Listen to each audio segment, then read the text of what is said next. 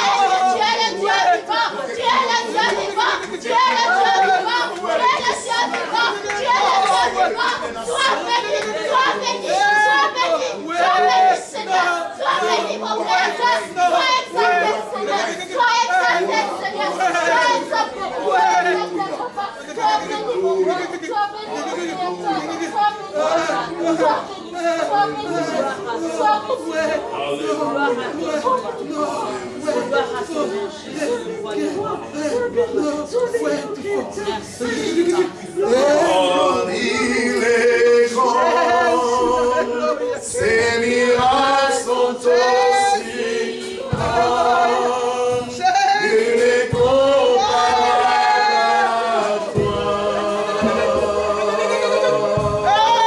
Il est comparable à toi. Ses miracles sont aussi grands.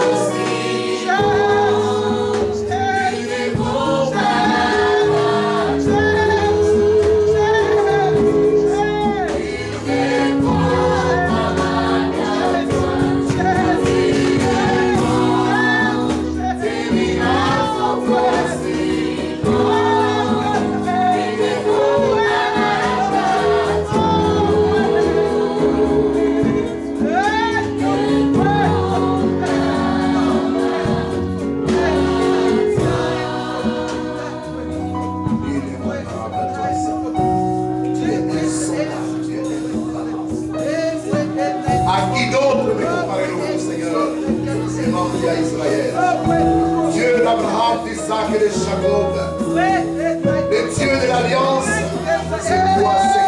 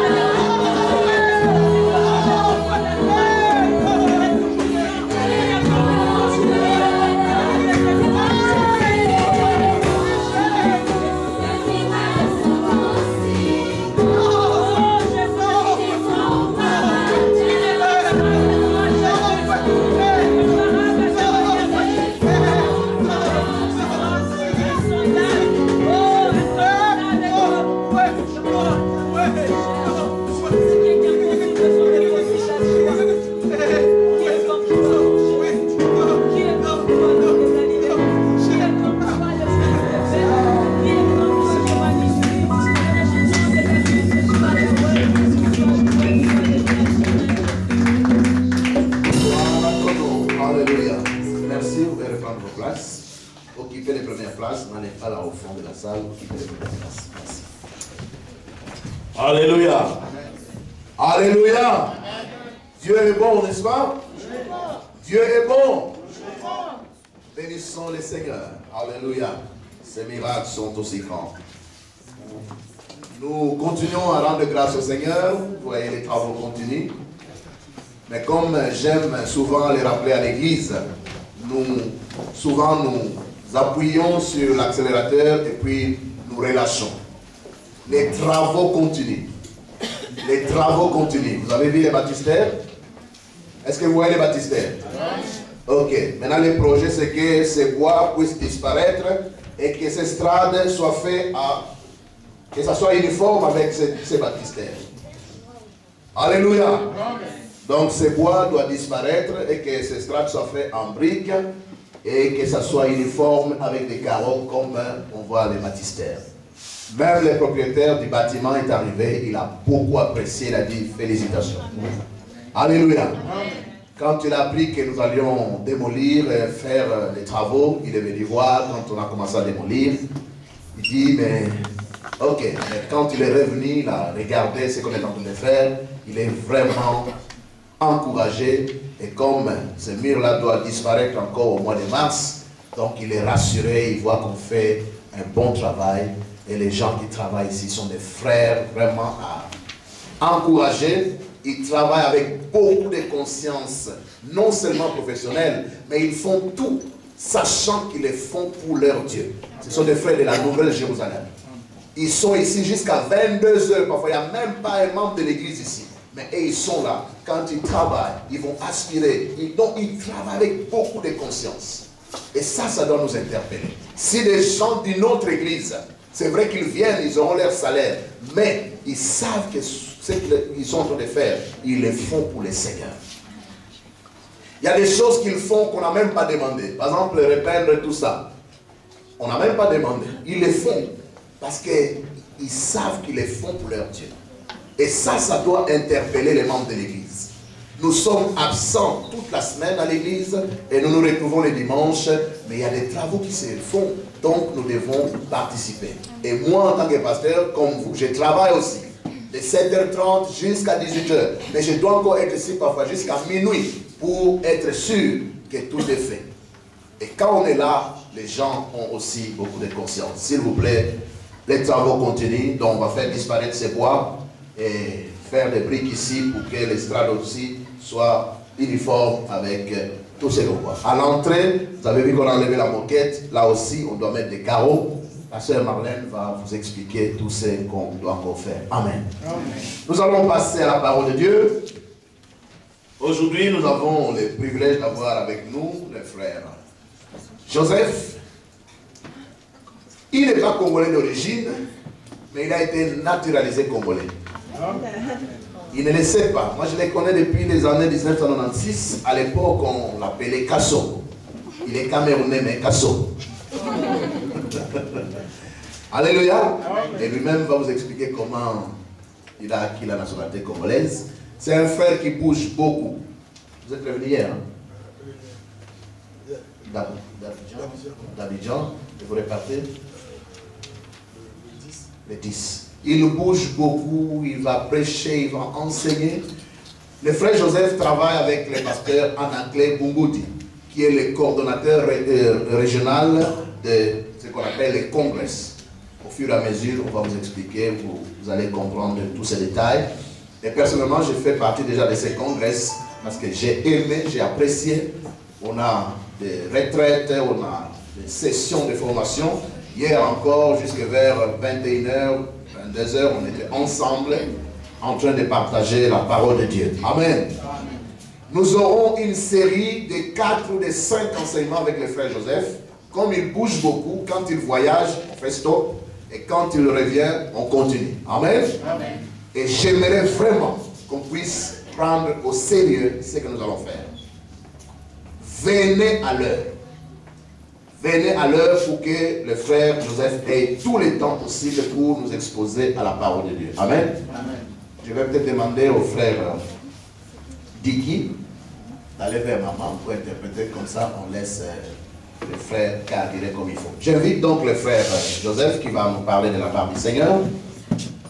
Ça, ce n'est que l'introduction. Et nous aurons toute une série d'enseignements avec le frère Joseph au fur et à mesure qui seront disponibles. J'espère que son micro fonctionne bien.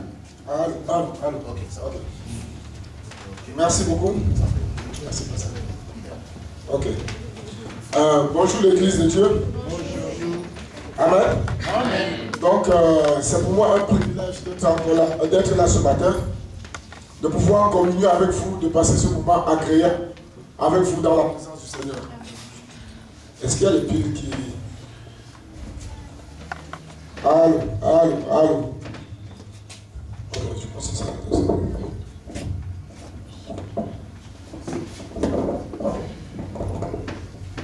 Ok. Donc, comme je disais tantôt, je m'appelle Joseph Kamga. Je suis à l'église Impact avec le pasteur Anaklé. Et je suis d'origine camerounaise.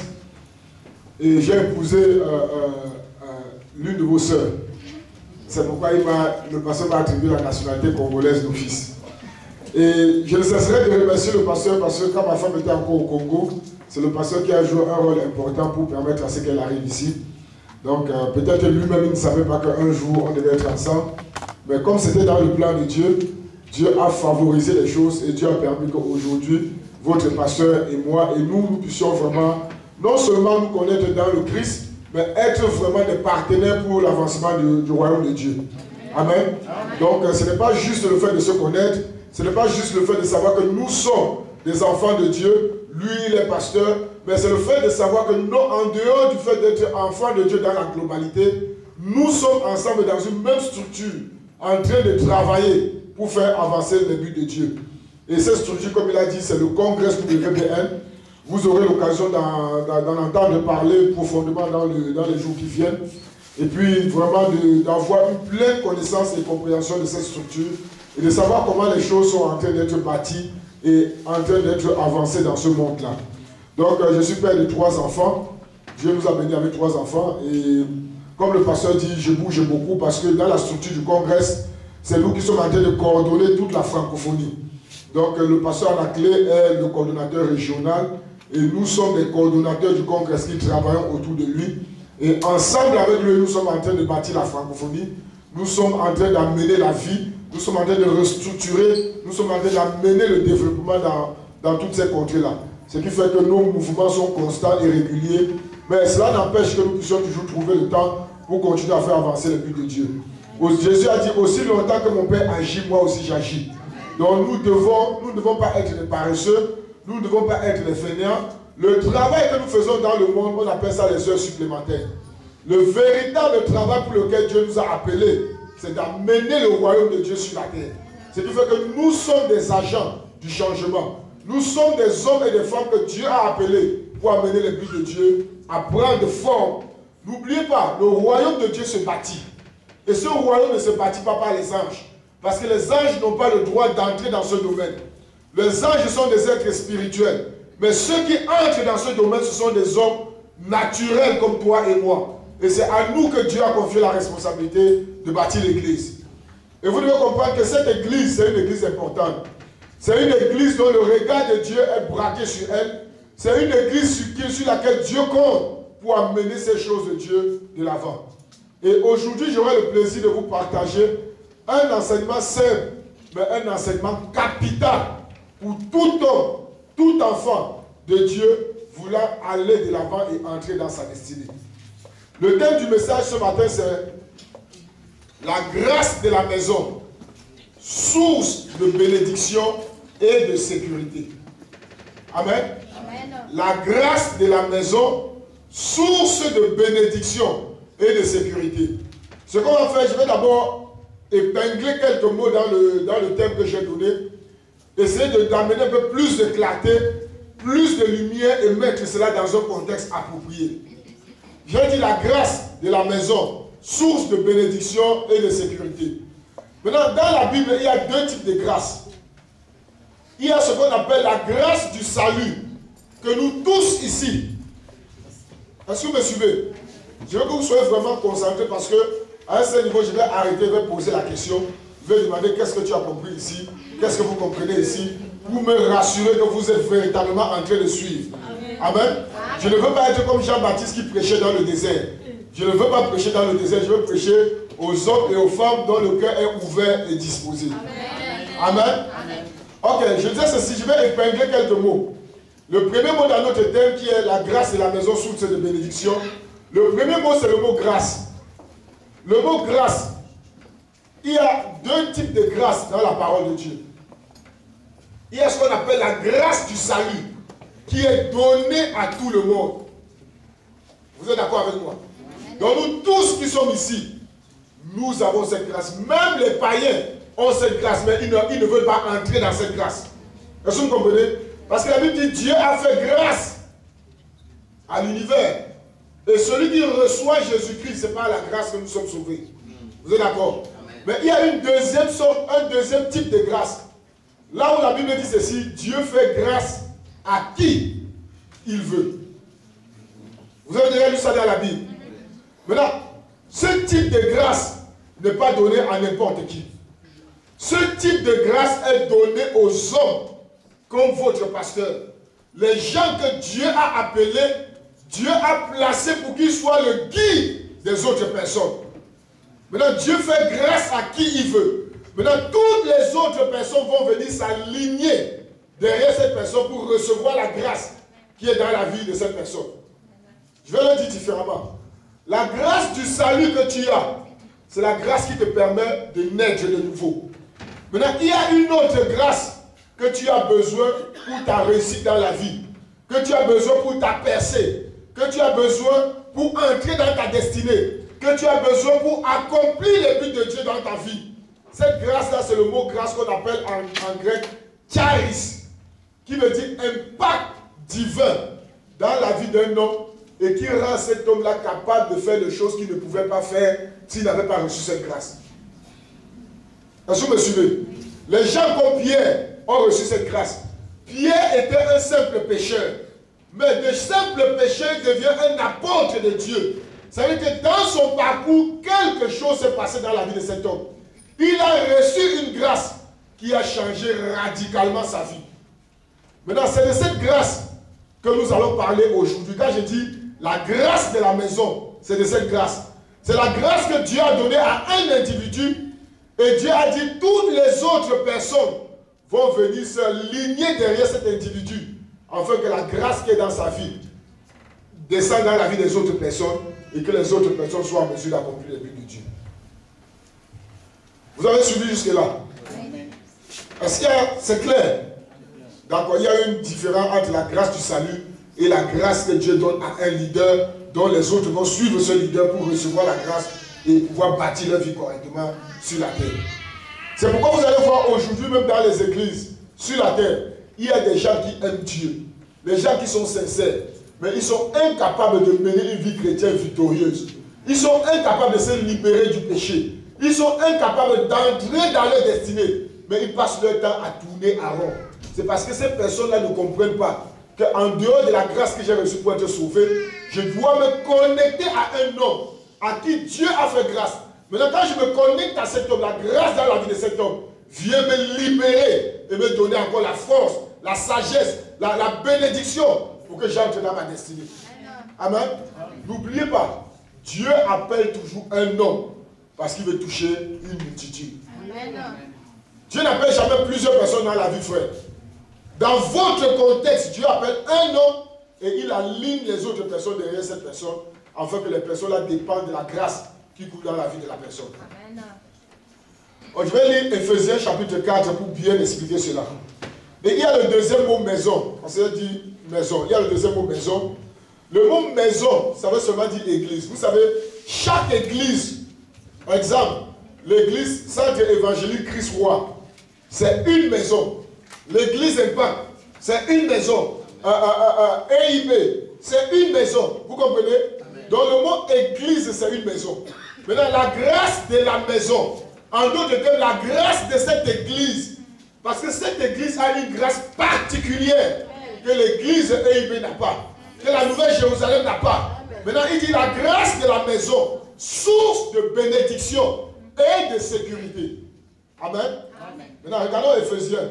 Maintenant, le troisième mot, c'est le mot source. Vous savez que dans la vie, tu ne peux pas boire à deux sources. Ok? Si tu dois te rassurer que tu bois à une source, la source qui te donne la vie, là où tu prends de l'eau, tu dois nettoyer la source, tu dois entretenir la source, et cette source-là va pourvoir à tous tes besoins. Maintenant, Éphésiens chapitre 4, verset 7. Regardez ce que l'apôtre Paul écrit. Il écrit ici aux chrétiens, et il dit ceci. Mais à chacun de nous, la grâce a été donnée selon la mesure du don de Christ. Amen. Amen. Et à chaque, je vais le contextualiser. Je vais dire à chacun de vous, la grâce a été donnée selon la mesure de qui? Du Christ. Mais il y a un mot qu'on a ajouté avant. Le don du Christ. Je vais vous expliquer. Ici, on n'a pas parlé des dons du Saint-Esprit. On a parlé des dons de Christ. Maintenant, pour comprendre qui sont les dons de Christ dont on parle ici, quand vous allez descendre dans le même chapitre au verset 11, on dit ceci. Il a fait des dons. On dit, écoutez, il dit, verset 10, on dit, celui qui est descendu, c'est le même qui est monté au-dessus de tous les cieux, afin de remplir toutes choses. Et il a donné les uns comme apôtres, les autres comme prophètes, évangélistes, pasteurs et docteurs. Maintenant, les dons de Christ, ce sont les apôtres, les prophètes, les pasteurs, les docteurs et les évangélistes. Ça veut dire quoi? Ça veut dire que c'est en d'autres termes très simples. Dans la vie d'un pasteur, ok? Pas n'importe quel pasteur, mais un pasteur titulaire, un pasteur visionnaire, comme votre pasteur que Dieu a établi pour conduire les hommes. Il est ce qu'on appelle le don de Christ pour cette église. Est-ce que vous comprenez? Donc, le pasteur Pandou Innocent est le don de Christ pour le centre Christ, centre évangélique Christ Roi. C'est votre don. Et la Bible dit maintenant ceci. À chacun de vous, la grâce vous a été donnée selon la mesure de votre don. Est-ce que vous comprenez? Amen. Il y a un mot capital qu'on appelle le mot mesure. Ça vient des textes originaux métron, qui veut dire la quantité. Maintenant, ça veut dire ceci. Est-ce qu'on a une bouteille? Voici une bouteille. Si la quantité de grâce de votre pasteur est comme ça, personne de vous ne peut avoir une grâce qui est au-delà de cette quantité. Parce qu'il dit ceci, à chacun, la grâce a été donnée selon la mesure du don. Donc, si votre don a une mesure comme ça, la grâce que vous recevez ne sera jamais au-dessus de ceci. Mais ce que lui peut faire, parce que quand on parle du mot maître, il peut élargir sa mesure pour avoir une grande quantité de grâce. C'est son travail d'abord personnel. S'il se connecte à quelqu'un, ou bien c'est son travail personnel d'abord de travailler sa mesure, il y a des implications à l'intérieur, je ne vais pas entrer là-dedans. 2, c'est aussi votre responsabilité de prier pour lui, de le soutenir. Parce que si vous laissez votre pasteur bosser de 7h à 18h, le soir encore venir ici superviser, quand est-ce qu'il aura le temps pour travailler pour sa vie, pour travailler pour son développement, pour élargir sa grâce, afin de pouvoir vous bénir au-delà de toute mesure? Parce que si vous laissez le travail du monde de l'accaparer, il aura moins de temps pour se développer. Et il vous donnera toujours la quantité qu'il a. Amen. Ou bien son développement sera en fonction du temps libre qu'il a. Mais si vous êtes de véritables soutiens, si vous pensez un jour que nous ne pouvons pas laisser notre pasteur aller travailler pour Babylone à vie, il faut qu'on soit des instruments où on va être une source de bénédiction pour qu'il soit disposé pour donner le meilleur de lui-même afin de pouvoir nous impacter au-delà de la mesure pour que nous aussi on puisse exceller. Maintenant, ce sont des choses que vous devez penser à ça. Ce sont des choses que vous devez penser à ça. Pour qu'il ait assez de temps pour travailler son développement, travailler sa grâce, afin de vous communiquer cela. Amen. Amen. Donc on dit ceci, ça veut dire ceci, il y a des gens qui vont être des hommes d'affaires. Il y a des gens qui veulent percer dans les études. Parce que même à réussir les études ne garantit pas que tu vas avoir un bon poste ici.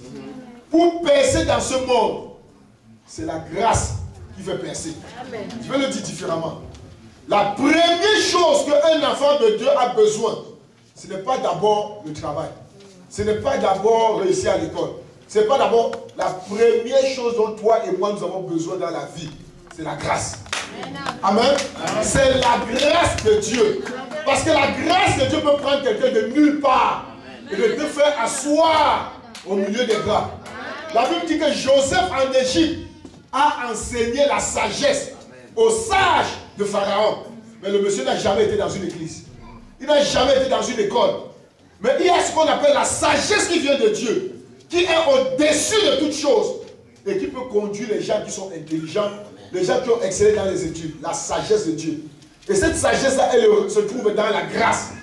Maintenant, si cette grâce-là arrive dans ta vie, dans une grande mesure, ça augmente ta sagesse et ta capacité. Et c'est là où tu réussis dans la vie. La Bible dit que le monde a été bâti par la sagesse, pas par l'intelligence. C'est que même quand tu vas aller à l'école, c'est une très bonne chose. Mais au-delà d'aller à l'école, ce que tu dois chercher, n'oubliez pas que la plupart parmi nous sommes des Africains. Percer dans ce monde demande d'avoir au-delà de ton qualificatif scolaire ou intellectuel. Parce qu'il y a des mêmes Belges qui ont le même niveau que toi. Et on ne peut pas de fois te prioriser par rapport à eux. C'est qu'au-delà des études académiques, Dieu va mettre quelque chose qu'eux ils n'ont pas. Et ça va te faire percer là où le monde avait mis les barrières. Et ce que tu as besoin, cette grâce se trouve dans cette maison. Amen. Ce n'est pas à l'école. À l'école, tu reçois ce qu'on appelle la connaissance. Mais la grâce amène la supériorité. La grâce amène l'excellence. Et cette grâce est source de bénédiction et de sécurité. Amen. Donc vous devez vous rassurer que le pasteur travaille pour élargir sa mesure, pour que vous ayez assez pour percer. Maintenant, si on a parlé de ça, la grâce de la maison, source de bénédiction. Et j'ai dit, cette grâce se trouve dans la vie d'un homme. Paul a dit ceci, même si nous sommes pauvres, mais au travers de notre ministère, la grâce qui est en nous, nous enrichissons plusieurs. Amen. Pour dire quoi? Ce dont tu as besoin pour percer, pour réussir, pour bâtir une famille stable, pour avoir des enfants gouvernés, contrôlables, au milieu d'une génération là où il y a des mauvaises valeurs. Ce n'est pas le fait de beaucoup prier. Tu peux beaucoup prier, mais si tu n'as pas une grâce qui te touche, crois-moi, les choses ne marcheront pas bien. C'est la vérité. Combien de... Je vous dis la vérité. Est-ce que vous me suivez? Ce que je vous donne, c'est le secret de la réussite dans la vie. C'est au-delà de ce qu'on va venir vous prêcher seulement la Bible. Mais c'est vous montrer comment vous connecter au système de Dieu afin que la grâce vous parvienne. Le royaume de Dieu, c'est le code. C'est la manière dont le royaume fonctionne. Et le centenier romain avait compris ça. Quand Jésus a dit, j'irai chez toi pour guérir ton fils, il a dit, non, tu n'as pas besoin de venir. Je sais que tu es un homme sous autorité. Et en tant qu'homme sous autorité, si tu dis un mot, la chose, Jésus a dit, pas possible. Je n'ai trouvé en Israël aucune personne qui a une telle foi. Quelle était la foi de ce monsieur? C'était de savoir comment le domaine spirituel fonctionne. De savoir que cet homme a été envoyé par Dieu. Il y a quelque chose en lui. Si je me connecte correctement, tout ce qui dira s'accomplira dans ma vie. Amen. Amen. Amen. Amen. Donc pour vous dire, ne venez pas à l'école, à l'église, pardon, comme tous les autres chrétiens vont à l'église. Ne venez pas à l'église comme des simples personnes. Mais comprenez que vous venez dans un lieu qui est totalement disposé et dirigé par Dieu. Et connaître la structure de l'église et comment vous positionner pour que la grâce vous touche. Amen. Deuxième exemple. Vous connaissez la femme qui coulait de père pendant 12 ans. Vous la connaissez, n'est-ce pas? Maintenant, cette femme, on dit, pendant 12 ans, a vu tous les médecins, tout ça, elle n'a jamais été guérie. Le jour où Jésus passait, il y avait la foule, la masse. Jésus dit, quelqu'un m'a touché. Mais les gens disent, mais Jésus, tu as un problème? Comment nous sommes tous ici? Nous, on te touche même avec le corps, tu dis que quelqu'un t'a touché. Il dit, non. J'ai senti une force sortie de moi. Quel était le problème? Beaucoup de personnes marchaient. Parce que s'il vous plaît, ça vous dérange, vous pouvez venir. Maman, vous pouvez venir. Ça veut dire ceci. Le pasteur, c'est Jésus. Ok? Nous sommes la foule. Maman, mettez-vous un peu ici. Donc, nous sommes là. Bousculez papa. Bousculez papa. Bousculez-le. Bousculez. Nous sommes là. Jésus marche. On marche. Maintenant, Jésus dit, quelqu'un m'a touché. On dit, mais Jésus, toi, moi, je te bouscule. Elle te bouscule. Comment tu veux dire que quelqu'un m'a touché? Il dit, non. Une force est sortie de moi. Pourquoi? Merci, pasteur. Je vais vous expliquer. Pourquoi? Parce que la femme qui a reçu la guérison, quand les gens bousculaient Jésus, regardez ce qu'elle a fait. Elle n'est pas restée à côté. Elle n'est pas restée devant. Vous savez ce qu'elle a fait? Elle est allée derrière. Et elle a touché la robe. Le mot robe veut dire onction. Donc elle est venue dans le système de Dieu. Et elle a su comment se positionner pour recevoir la grâce. Toutes les autres personnes se mettaient à côté. Ils n'ont pas compris, c'est pourquoi ils n'ont rien reçu. Mais quand la femme s'est alignée, elle a touché, l'onction est sortie de Jésus. Elle a pénétré. Immédiatement, elle a reçu sa solution. Mais les autres qui avaient des besoins, mais qui venaient à côté de Jésus, n'ont pas compris le principe de automatiquement, ils ont passé le temps. Rien ne s'est passé dans leur vie. Vous dites quoi? Vous dites que si tu ne comprends pas, quand tu viens dans cette église, comment te positionner pour que la grâce qui est dans cette maison te touche? Tu peux passer 10 ans ici, rien ne se passe dans ta vie. Amen. On peut prier pour toi. Tu ne peux pas se prier, même s'il prie. Mais si dans ton cœur, il n'y a pas l'alignement, il n'y a pas le positionnement, la grâce ne te touchera jamais. Amen. La grâce ne te touchera jamais. Et c'est pourquoi les gens vont passer la vie. Le mariage ne va pas bien. Les enfants sont incontrôlables. Il y a le désordre partout. Mais je prie, je paie ma dîme. Qu'est-ce qui ne va pas? C'est parce que tu n'as pas compris comment le domaine spirituel fonctionne. Est-ce que vous me suivez jusque-là? On va prendre maintenant notre texte de base pour décortiquer tout ce que je viens de vous expliquer. Et le psaume 133.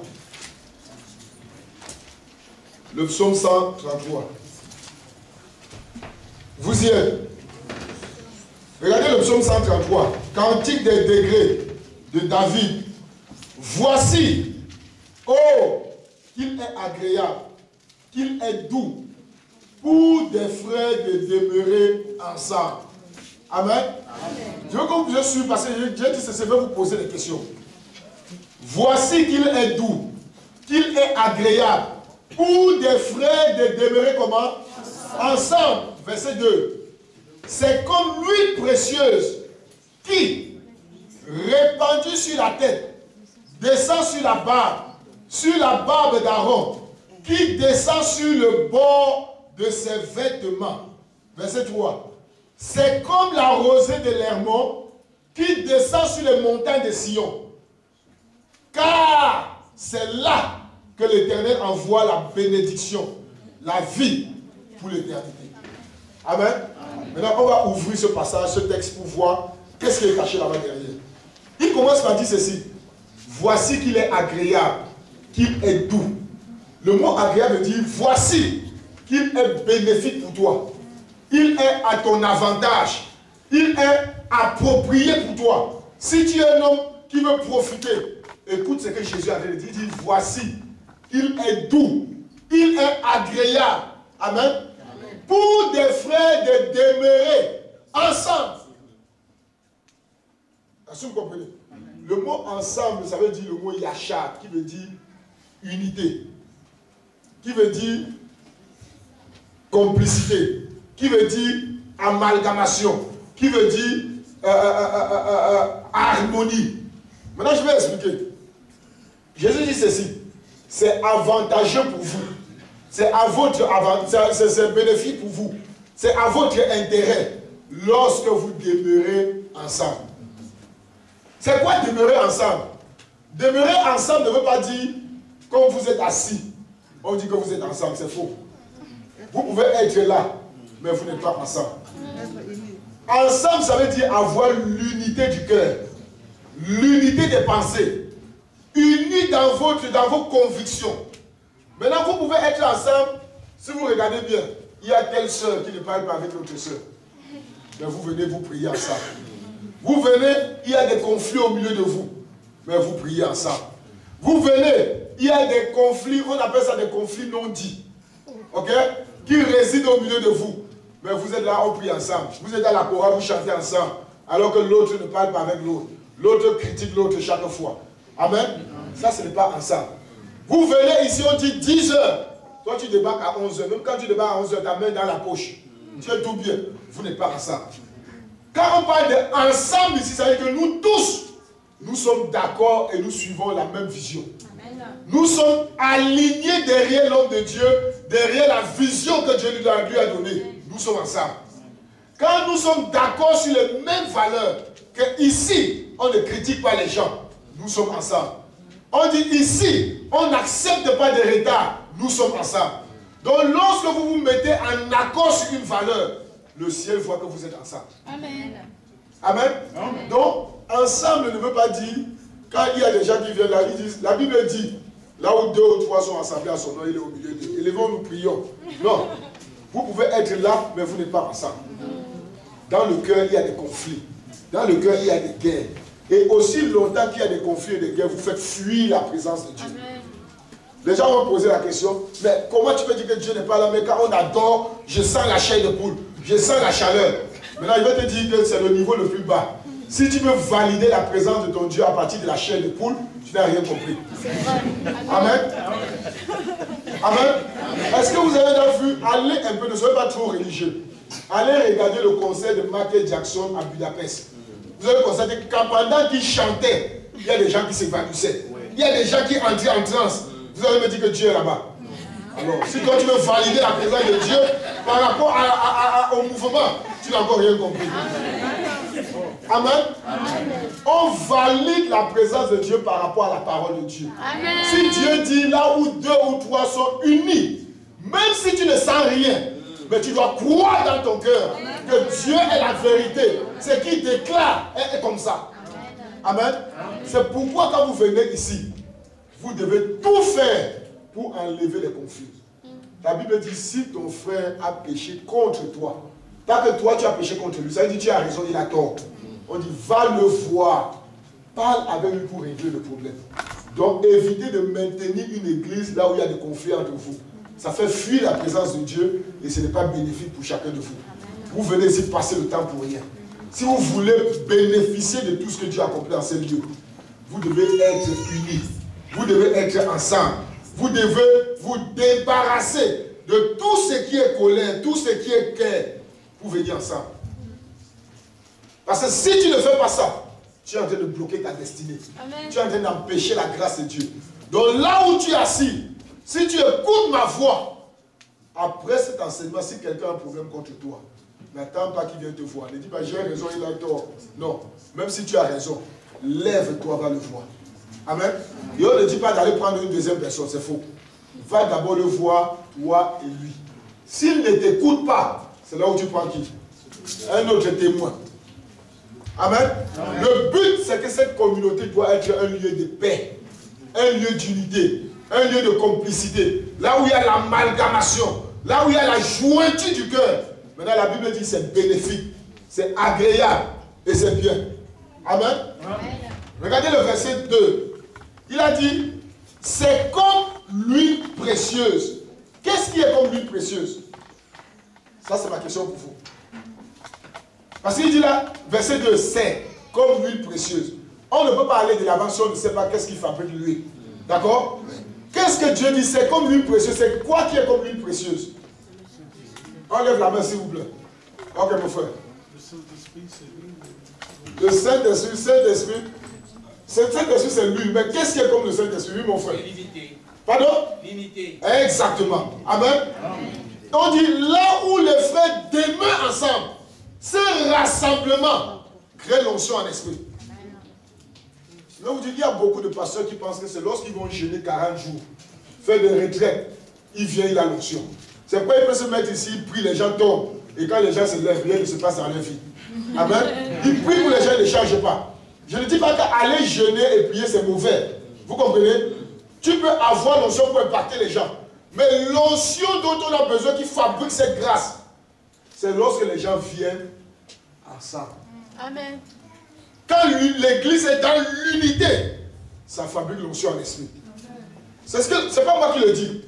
La Bible dit, c'est comme l'huile d'onction ou l'huile précieuse. Et maintenant, quand votre unité fabrique l'onction, vous savez ce qui se passe. Vous savez ce qui se passe.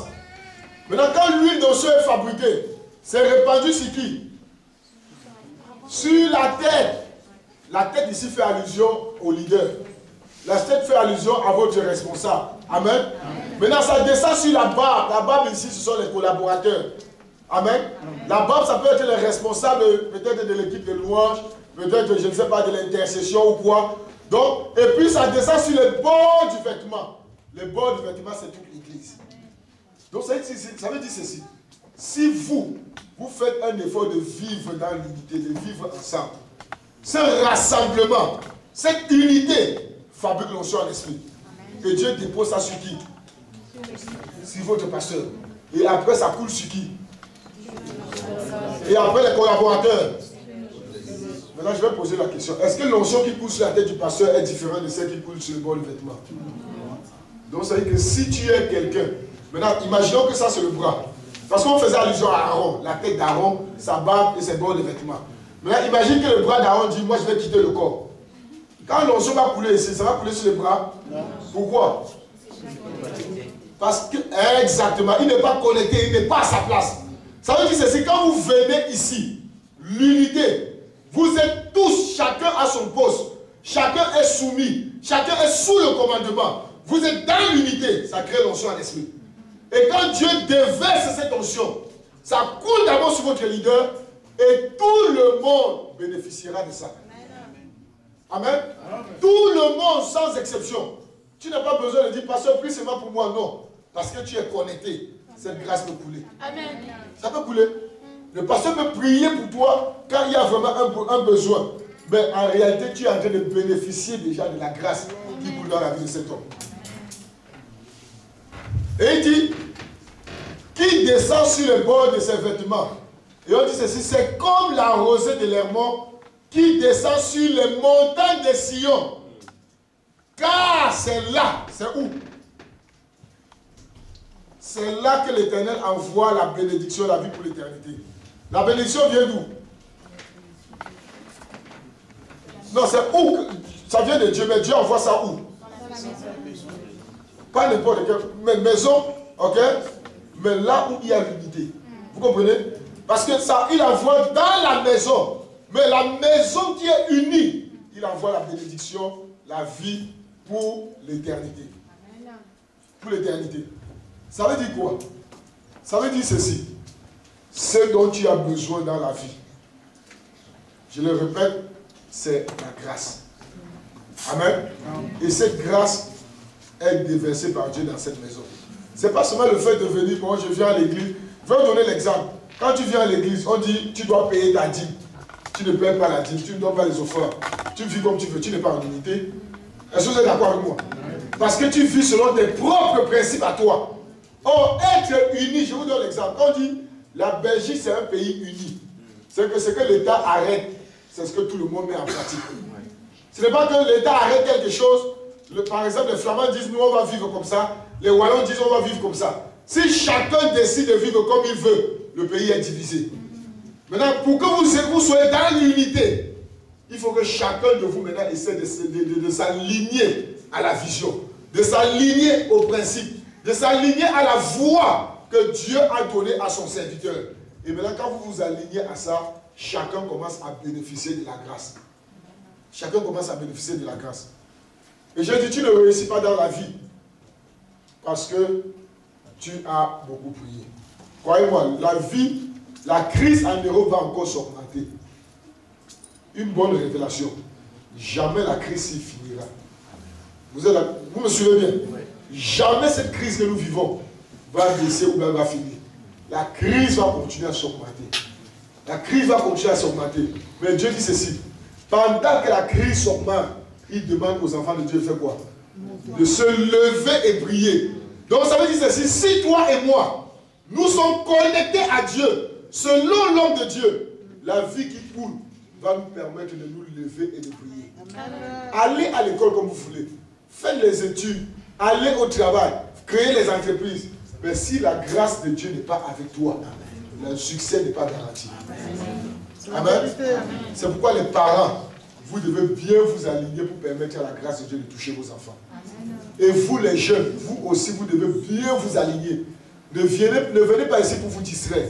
Ne venez pas ici avec la mentalité, je vais seulement écouter la parole de Dieu et je vais vivre comme je veux. Croyez-moi, vous allez regretter. C'est le temps maintenant de choisir. C'est le temps de se positionner. C'est le temps de renoncer au plaisir de la chair, à la distraction et de se connecter à Dieu pour changer sa destinée. Est-ce que vous me suivez? Et c'est très, très important et capital. Et capital. Enfin, on ne réussit pas parce qu'on a beaucoup, non. On réussit parce que Dieu est avec nous. Amen. Quand Dieu est avec toi, tu réussiras. Tu réussiras. Le succès se trouve dans la grâce. C'est pourquoi Paul dit ceci. Selon la grâce de Dieu qui m'a été donnée, je suis devenu comme un sage architecte. Donc c'est que la grâce a rendu Paul quelqu'un. Paul n'était rien sans la grâce de Dieu. Vous savez ça? Il dit, moi j'ai travaillé plus que beaucoup d'autres apôtres. Pas par rapport à mes efforts, mais la grâce de Dieu en moi a fait le travail. Donc quand la grâce de Dieu est dans la vie d'un homme, cet homme-là devient productif. Cette femme-là produit les choses. Et si tu veux réussir dans cette vie, ce que je dis, c'est la grâce. Amen. Amen. La grâce de la maison, source de bénédiction et de sécurité. La première chose, c'est que tu es béni. Amen. Tu es béni. Amen. Ce ministère peut te bénir. Ce ministère peut te permettre de percer et de réussir. Pas parce que tu le mérites, mais parce que tu t'es connecté et la grâce de Dieu est venue dans ta vie pour changer ta vie. Ça, on va voir deux exemples. Deux exemples de personnes qui ont reçu la grâce, qui ont été sous la sécurité et d'autres n'ont pas été. Et quelles ont été les conséquences de cette chose-là. Prenons Genèse chapitre 4. Genèse chapitre 4. À partir du verset 1er jusqu'au verset 8. Genèse chapitre 4, je vais lire. Adam connut Ève, sa femme. Elle conçut et enfanta Caïn et elle dit, j'ai acquis un homme de par l'Éternel. Elle enfanta encore son frère Abel. Abel fut berger et Caïn fut laboureur. Regardez bien. Abel était quoi? Berger. Caïn était quoi? Laboureur. Au bout de quelque temps, Caïn fit à l'Éternel une offrande de fruits de la terre, et Abel de son côté en fit une des premiers-nés de son troupeau et de leur graisse. L'Éternel porta, lisez bien, regardez très bien ça avec moi. L'Éternel porta un regard favorable sur Abel et sur son offrande, mais il ne porta pas un regard favorable sur Caïn et sur son offrande. Caïn fut irrité. Maintenant, la question que je vais vous poser, ne répondez pas tous, levez les mains.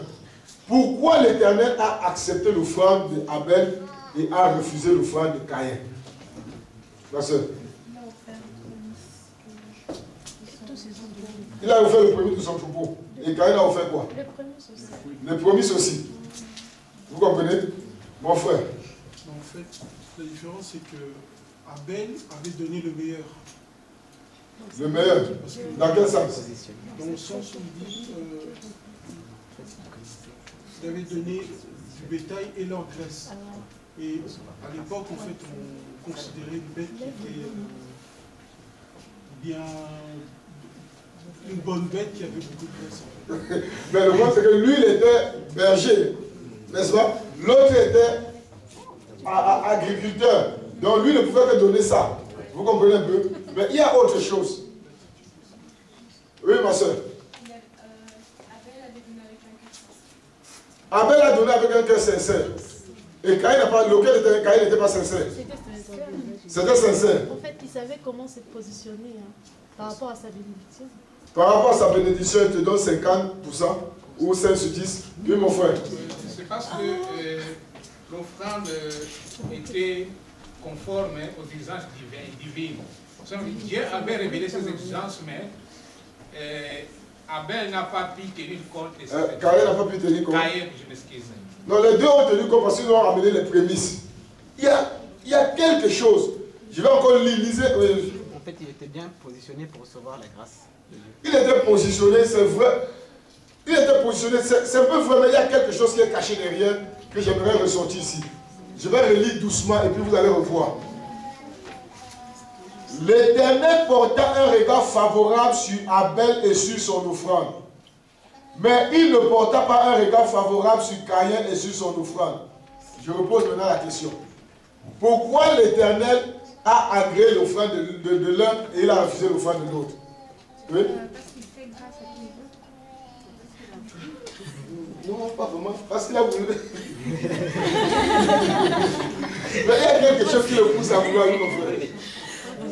Je pense que c'est parce que l'offrande de Caïn était le fruit du travail labouré par la terre, donc de son travail.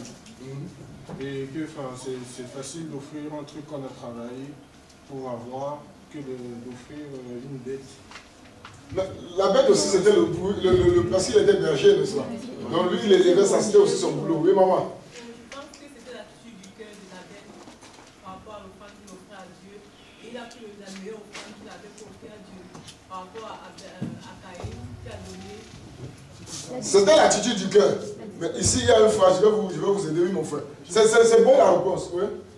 Parce que Caïn était un enfant qui était conçu avant le... Mais là, regardez, la Bible dit ceci. L'Éternel porta un regard favorable sur qui?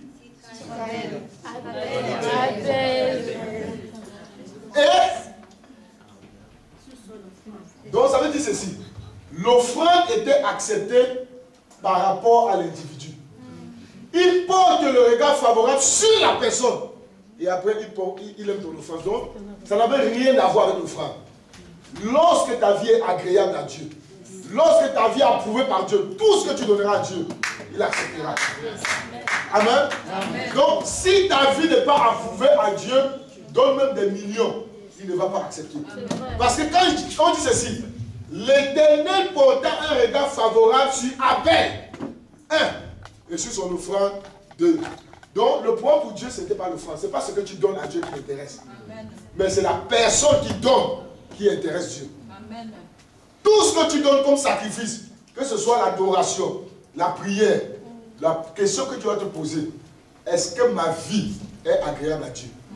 Si tu vis dans le péché, tu vis dans le mensonge, tu es toujours en retard, tu es infidèle, tu donnes les paroles, tu ne tiens pas, ta vie c'est un désordre. Chante ici, même si tu as une belle voix, même si les gens chantent sans la chair de poule, Dieu n'est pas là. Amen. Cette offrande-là est donnée pour rien. Donc le secret ici, c'est que ta vie va d'abord plaire à Dieu et ensuite tout ce que tu vas lui offrir, il va accepter. Je vais le dire différemment. Quand Jésus est sorti de l'eau, vous vous souvenez, la Bible dit, le ciel s'est ouvert et Dieu a dit, celui-ci est mon fils bien-aimé. Jésus n'avait pas encore guéri un malade. Jésus n'avait fait aucun miracle. Jésus n'avait encore rien fait. Mais Dieu a dit, celui-ci est mon fils bien-aimé. C'est-à-dire que dans le domaine spirituel, ce ne sont pas les choses que nous faisons qui intéressent Dieu. C'est qui nous sommes qui intéresse Dieu. Ce n'est pas la prédication que je prêche qui change les gens. Mais c'est la manière dont je bâtis ma vie. C'est cette grâce qui change les gens. Est-ce que vous me suivez? C'est ça. Donc, ce n'est pas l'offrande. C'est pourquoi aujourd'hui dans l'église, il y a des gens qui sont spécialistes de prédication.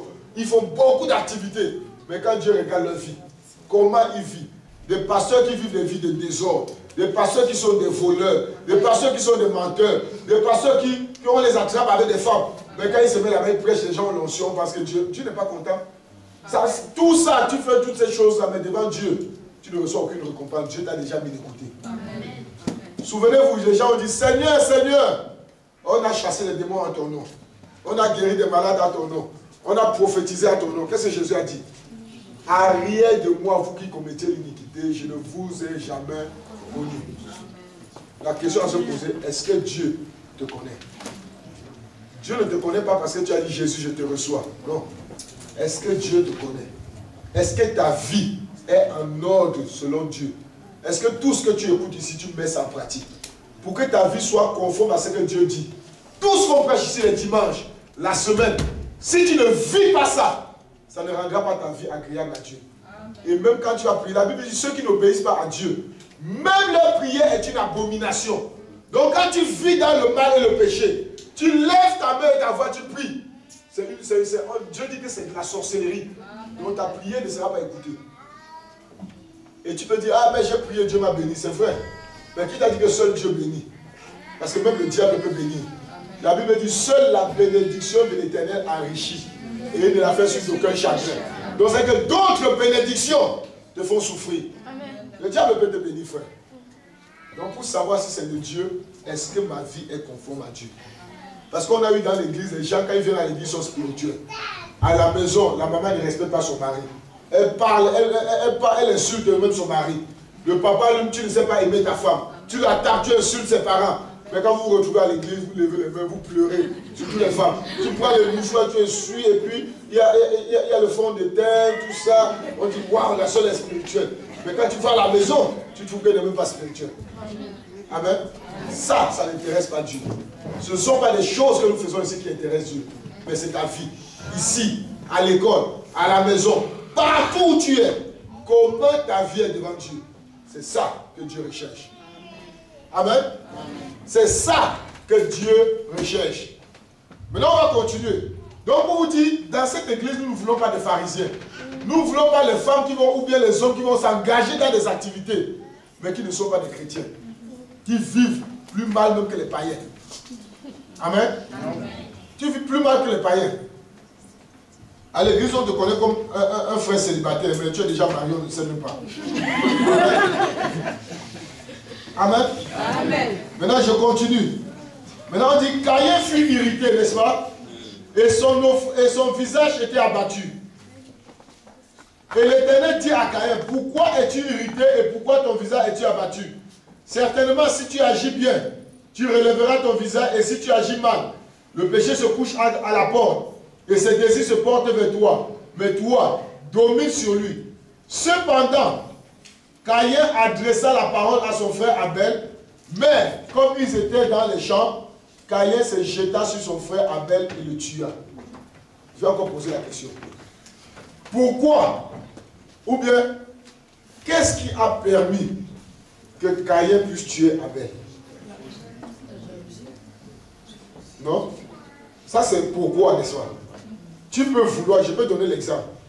Je peux vouloir tuer ma soeur qui est ici. Mais quand je regarde vous tous ici, est-ce que je peux le faire? Non. J'ai envie, mais je ne peux pas parce que les conditions ne me permettent pas. Maintenant, qu'est-ce qui a permis à Caïn de pouvoir tuer Abel? Si vous avez bien lu comme avec moi. Pourquoi? Qui peut répondre? Oui, mon frère. Dans les champs. Parce qu'ils étaient où? Dans les champs. Maintenant, regardez bien. Ils étaient à la maison. On dit Caïn a adressé la parole à qui? À Abel. Il a fait sortir Abel, il l'a amené où? Et c'est dans les champs qu'il a tué. Donc, aussi longtemps qu'ils étaient dans la maison, ils ne pouvaient pas tuer Abel parce qu'il y a ce qu'on appelle la grâce. Amen. Amen. Amen. Il y a ce qu'on appelle la grâce de la maison qui était en train de protéger Abel. Mais dès qu'Abel est sorti de la grâce, il est allé dans les champs, il est devenu victime. Beaucoup de gens sont comme ça. Quand le diable veut toucher et détruire ta vie, vous savez ce qu'il va faire? Il va te faire sortir de l'église. Il va te faire sortir de la maison. Et comment il te fait sortir de l'église? Il te fait voir les choses différemment. Amen. Le jour où le pasteur te reproche, tes yeux maintenant vont s'ouvrir. Parce que tes yeux ne s'ouvraient pas. Tu ne voyais pas. Maintenant tes yeux s'ouvrent. Tu commences à voir les mauvaises choses. Ah, dans cette église, on n'aime pas les gens. Ah, dans cette église, le pasteur est injuste. Ah, dans cette église, il y a des préférés. Ah, dans cette église, il y a comme ça. Parce que le diable commence à corrompre ton cœur. C'est comme ça que petit à petit, il te fait sortir. Et quand il te fait sortir de la grâce, tu vas continuer à aller prier dans d'autres églises. Mais là où la grâce de Dieu était disposée pour toi, pour t'amener dans ta destinée, tu as raté ça. Et c'est là où maintenant tu entres dans la mort. Et le diable va venir, peut-être il ne va pas te tuer physiquement, mais il touchera à tes finances. Il touche à ta santé. Il touche à ton mariage. Il touche à ta famille. Il touche à tous les domaines. Il amène la mort dans tous les domaines de ta vie. Alors qu'avant, tu avais la vie, tout se développait, tout allait bien. Mais parce que tu as oublié que tout ce que j'étais, la vie que j'avais, c'est parce que j'étais dans la grâce. Maintenant, quand il te fait sortir de la grâce, c'est là où maintenant tu es à la merci de Dieu. Il y a beaucoup de gens qui ont détruit leur vie parce qu'ils n'ont pas compris ces choses.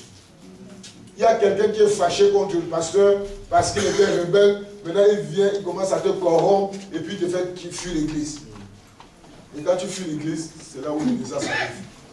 C'est pourquoi j'interdis quiconque est assis ici. Tu écoutes ma voix. Un jour, un démon vient te dire quitte l'église. Dis à ce démon, tu t'es trompé. Dieu m'a éclairé avant que toi tu n'arrives. Donc jamais je quitterai ici. Amen. Donc là où tu es assis, sécurise ta vie, sécurise ta famille et sécurise ta destinée. Amen. Parce que l'ennemi fera tout. Et l'ennemi ne descend pas comme on nous a appris que le diable vient avec les cornes, avec les ailes comme ça. Non. Il passera toujours par une personne. Il passera, il va créer un conflit entre toi et ton frère. Entre toi et ta soeur. Et puis tu vas dire, ah, cette église-là, le pasteur a mal résolu le conflit. Il a pris le côté de l'autre. Maintenant, moi, j'ai qui? Tu penses que ce sont les hommes, mais c'est l'ennemi qui a mis tout un système pour te faire sortir. Et quand tu sors de la grâce, immédiatement, tu vas dans les champs. Oh, dans les champs, nous savons qu'il y a des, dans les champs, nous savons qu'il y a des animaux dangereux, tout ça. Personne ne voyait Abel. Caïn, il a tué son frère. Il a tué son frère. C'est comme ça que l'ennemi permet aux gens de quitter la grâce sans le savoir. Amen. Amen. Il y a deux principes qui ont été soutirés ici. Le premier principe, c'est la manière dont tu vas t'engager avec Dieu pour que tes offrandes soient acceptées. Ok? Le deuxième principe, c'est de comprendre que tu ne quitteras pas. Tu ne seras pas déconnecté. Il y a des gens, tu peux être à l'église, mais tu es là déconnecté. Vous savez ça? Tu y es déjà parti.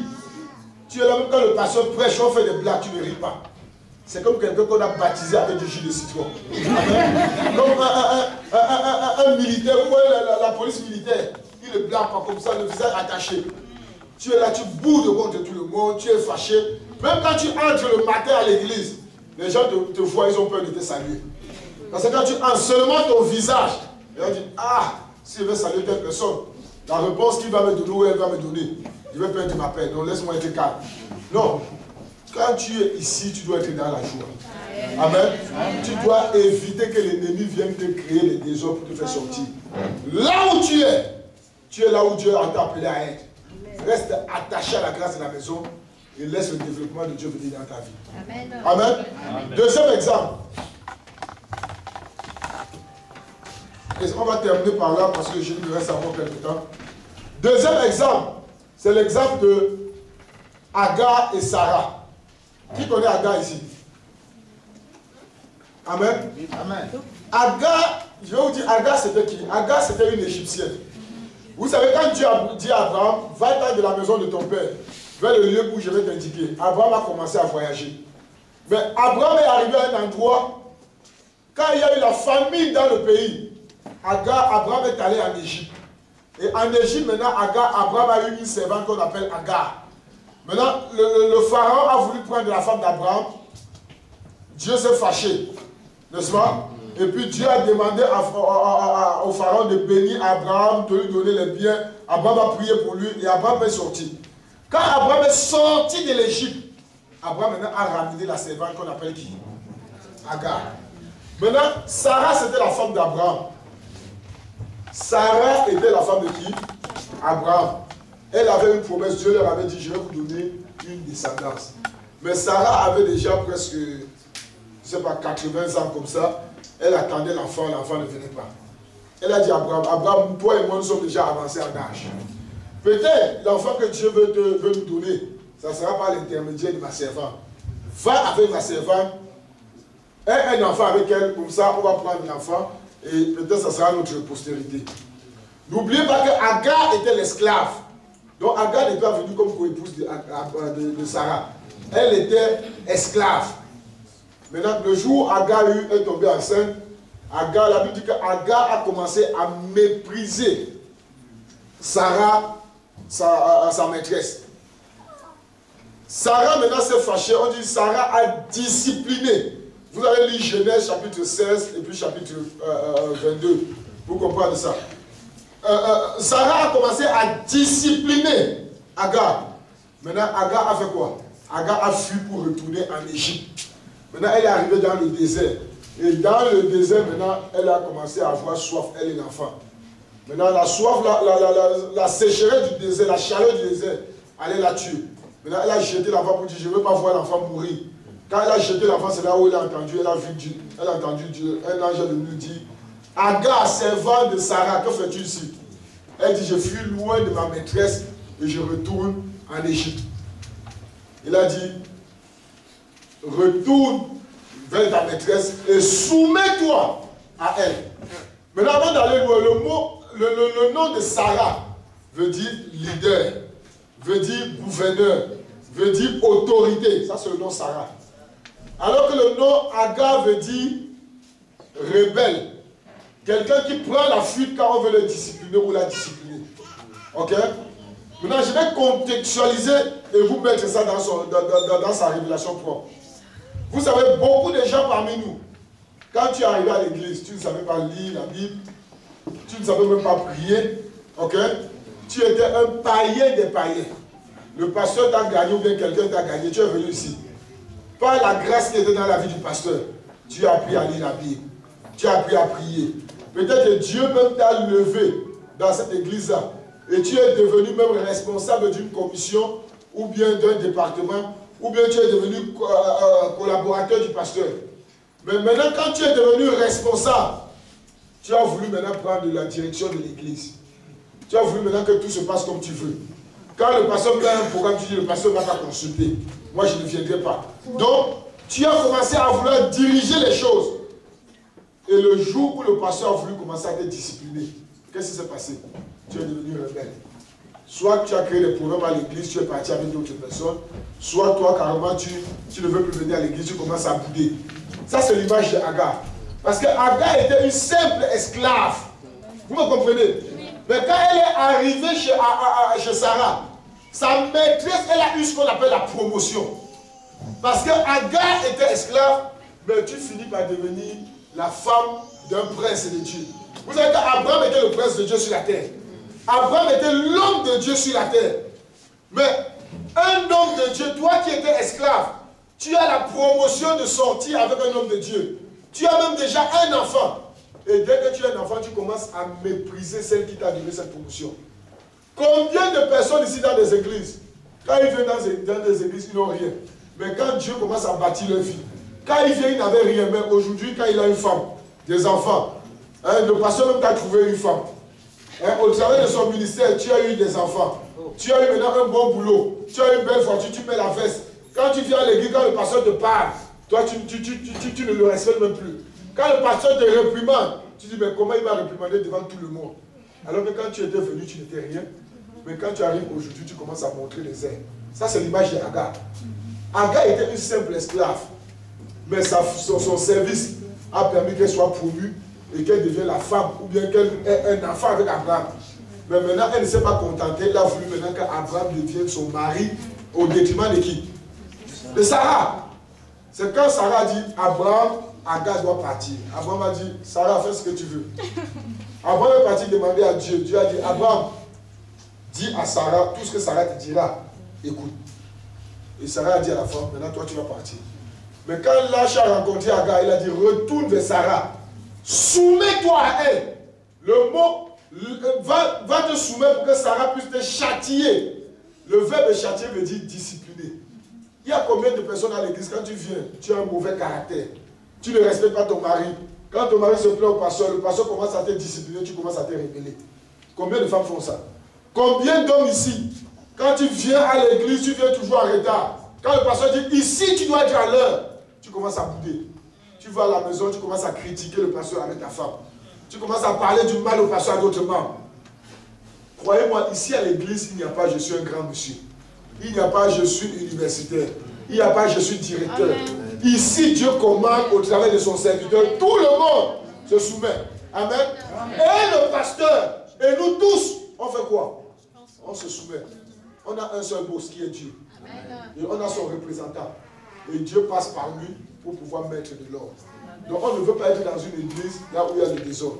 Mais quand Agar a quitté la maison de Sarah, elle croyait que comme elle avait un enfant, elle devait aller bien. Mais quand elle est arrivée dans le désert, c'est là où elle a compris que chez Sarah, j'étais bien. Je mangeais bien. Je buvais bien. La vie était belle.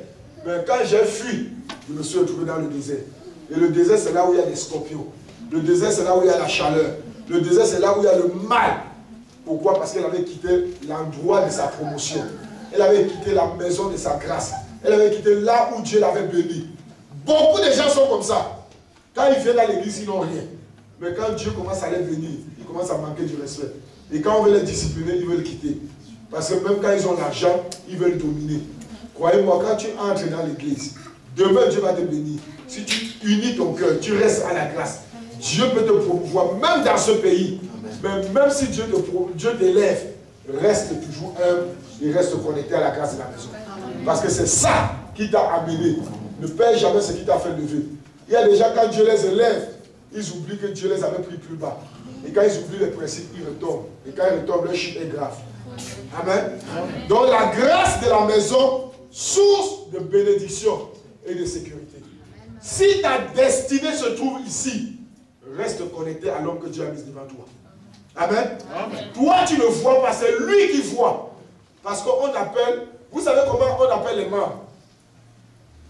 Les brebis. Et on appelle le leader qui? Le berger. Vous l'avez vous posé la question. Si vous avez vu une brebis dire à son berger, amène-moi là-bas parce que c'est là-bas où il y a des herbes à manger. Est-ce que vous avez vu ça? Non. Non? La brebis ne fait que suivre. Et bien vous aussi, si tu veux que le berger vous amène dans des verts pâturages, partout où le pasteur vous amènera, faites-lui confiance. Est-ce que votre pasteur vous a déjà trompé? Est-ce qu'il vous a déjà amené dans de mauvais endroits? Et s'il ne l'a jamais fait, faites-lui confiance là où il vous amène. Parce que là où il vous amène, il vous conduit vers des verts pâturages. Là où le berger amène les brebis ne veulent pas voir. Les brebis ne posent pas de questions. Tout ce que les brebis suivent, c'est le berger parce qu'ils ont une confiance totale au berger. Amen. Amen. Donc votre pasteur ne vous amènera jamais là où Dieu ne vous amène pas. Suivez votre pasteur comme lui aussi suit qui? Il suit Christ. Et vous serez dans la paix. Et tout ce que Dieu a prévu pour vous. Croyez-moi, vous êtes des étrangers dans ce pays.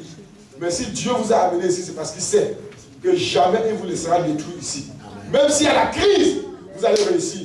Mais cela n'est pas automatique. Si vous continuez à vous soumettre à Dieu et à marcher comme Dieu demande, Dieu marquera la différence. Amen. On va fermer les yeux, je vais prier. Là où tu es, ferme tes yeux. Je vais prier. Père, je te dis merci encore ce matin pour ta grâce.